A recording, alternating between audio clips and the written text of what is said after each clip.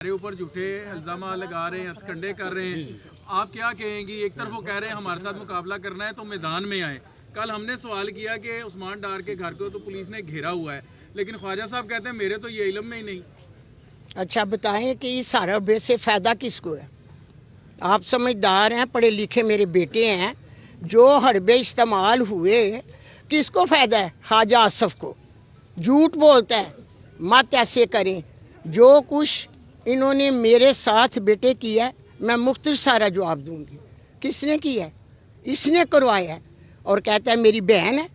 मेरे गैरतमंद भाई ख्वाजा आसफ, इतनी हमदर्दी थी तो जिस दिन मेरा घर टूटा, मेरी इज्जत को हाथ डाला गया, उस वक़्त मेरे घर आते तो देखते मैं आपको कितनी इज्जत बख्शती।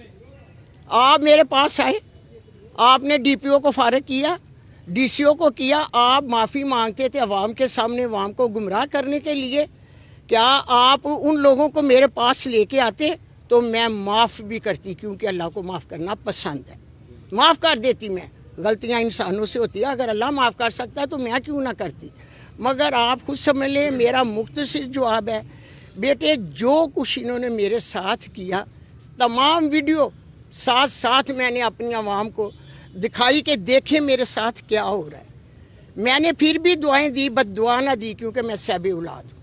बाकी आप खुद समझ लें, समझदार हैं।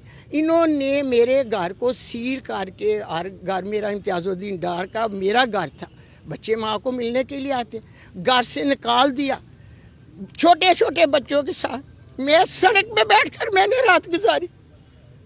आपकी अगर माँ होती तो बताओ आप लोग क्या करते। मैं कौम की माँ हूँ, शहर सियालकोट की माँ हूँ।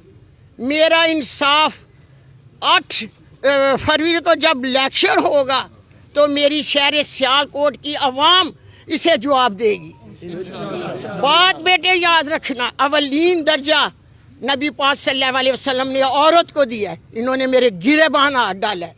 माँ सांझी है, याद रखना। वोट डालते वक्त अपनी माँ को मद्देनजर रख कर मेरा फैसला करना। मेरी आवाम मेरी फैसला करेगी, उस दिन ख्वाजा आसफ को बताएगी, क्योंकि आगे से किसी की माँ के गिरेबान को हाथ न डाला जाए। बस मेरा इतना सा जवाब। ये बता दीजिए कि तौर पे जी हम कर रहे हैं, बिल्कुल पिटीशन एप्लीकेशन दायर की है। इलेक्शन कमीशन को हमने ईमेल भी की हुई है। कल जो हमारे साथ हुआ कि कागज़ात नामजदगी जमा कराने में जो रुकावटें थी, तो उस सिलसिले में हमने इलेक्शन कमीशन ऑफ पाकिस्तान को ईमेल की।